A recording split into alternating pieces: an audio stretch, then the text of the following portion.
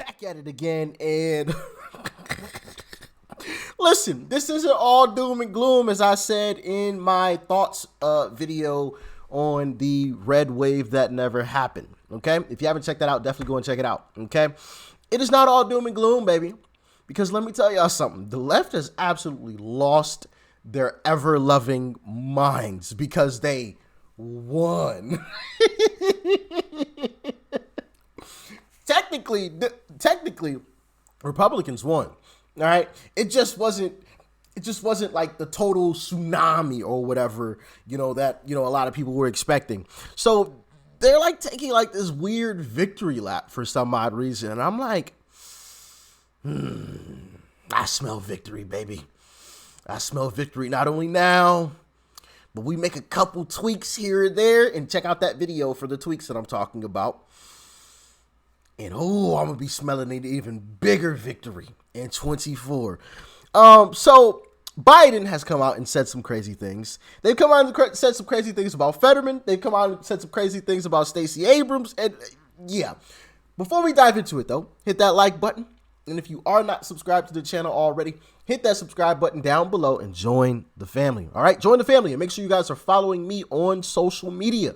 Those links are down below in the description box: Instagram, Twitter, Truth Social, Discord server. All of that good stuff is down below.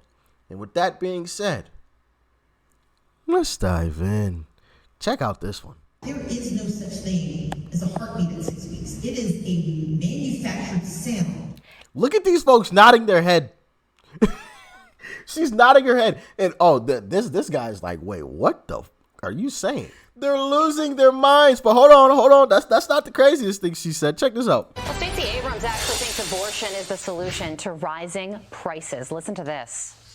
Let's be clear. Having children is why you're worried about your price for gas. It's why you're concerned about how much food costs. For women, this is not a reductive issue. You can't divorce being forced to carry an unwanted pregnancy from the economic realities of having a child. Joining me live is Fox News.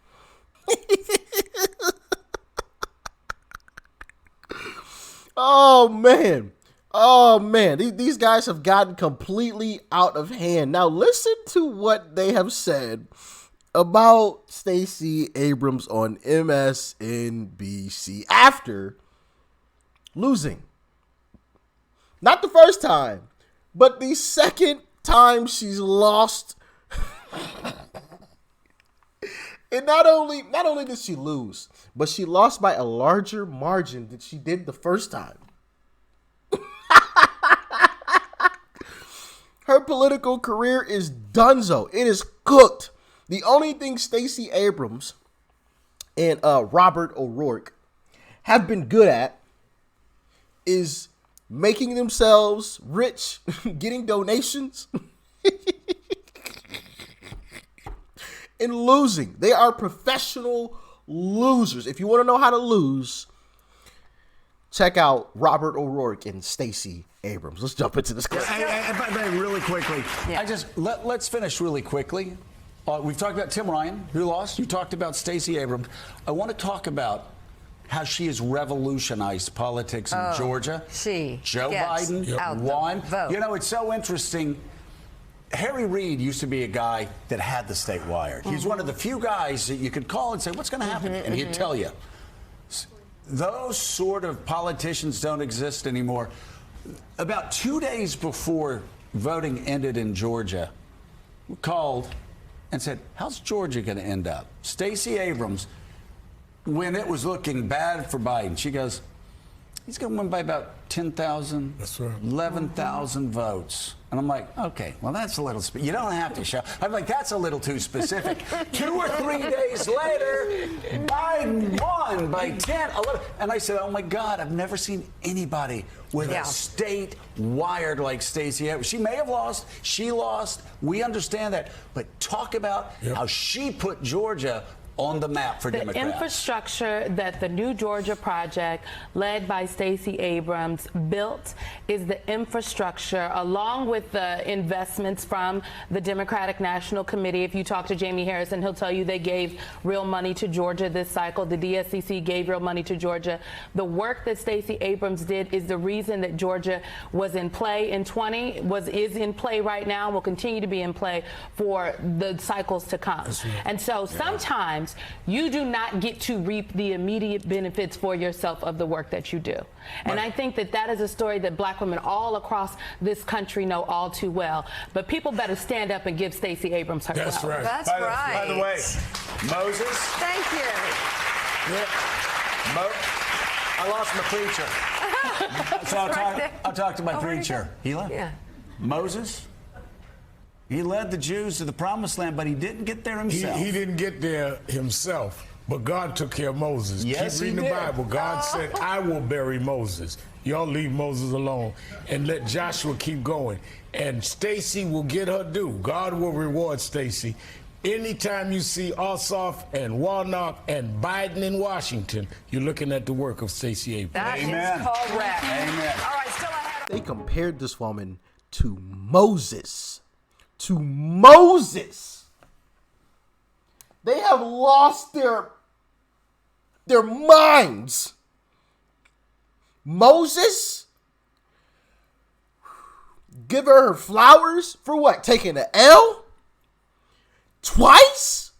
I don't get this. I really don't understand. These folks are completely out of hand. But check this out. They have just been making crazy statement after crazy statement after their win, even though it wasn't a win. Republicans technically won and have great position for 24. So, yeah, check this out. Republicans have a good shot at flipping the House, maybe even the Senate, but President Biden doesn't seem too concerned. 75% of voters say the country is heading into the wrong direction despite the results of last night. What in the next 2 years do you intend to do differently to change people's opinion of the direction of the country, particularly as you contemplate a run for president in 2024? Nothing. Nothing.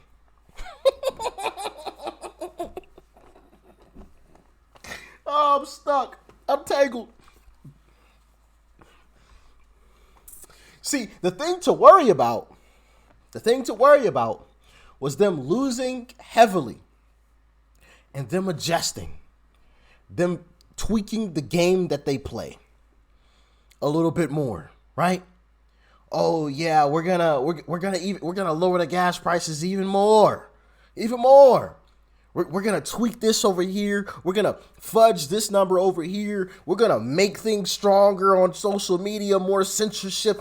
Oh, yeah, we're going to tweak it all around. Nah. Don't change anything. Keep it the same. Keep that energy. See, while the left is going to keep it all the same, us on the right, we saw what happened. We heard the voices of the voters. We're going to start tweaking a little thing over here, tweak a little something over here. You know, I used the analogy of playing football, right? And I said, you know, it's third quarter. We're up by 7. But the team we're playing against, they've got all the momentum right now. They've got all the momentum. The crowd is roaring. We barely can even hear a play call. All right, we've been running the ball the whole game. We've been running it. The defense that we're playing against expects us to run it again. Nah.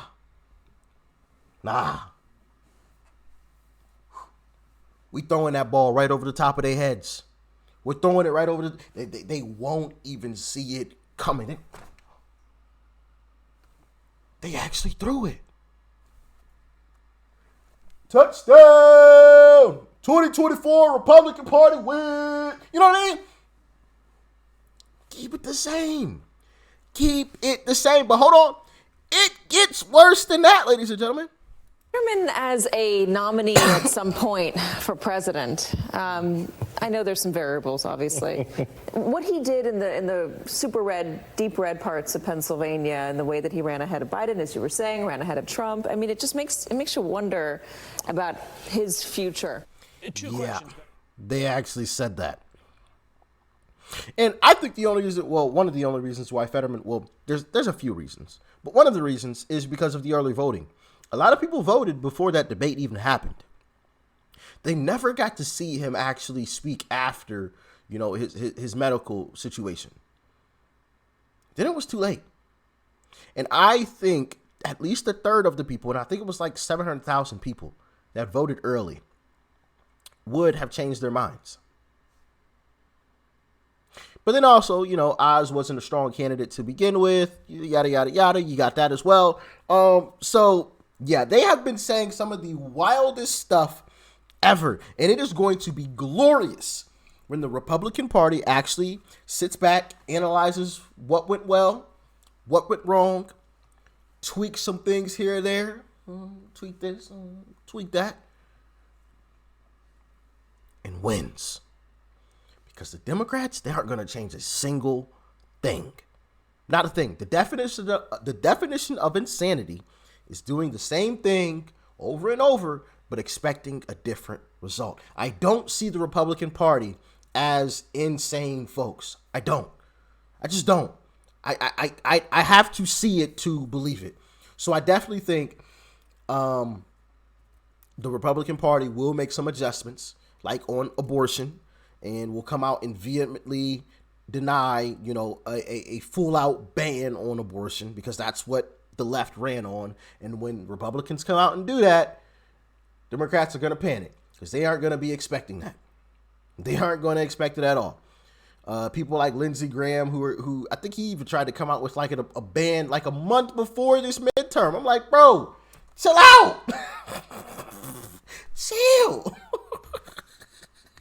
I just didn't think that was a good political move, but maybe I'm wrong. You know, y'all let me know how you felt about it in the comment section below. How do you feel about all this? Talk to me. Like, share, comment, hit that subscribe button before you go. Peace and love. I'm out.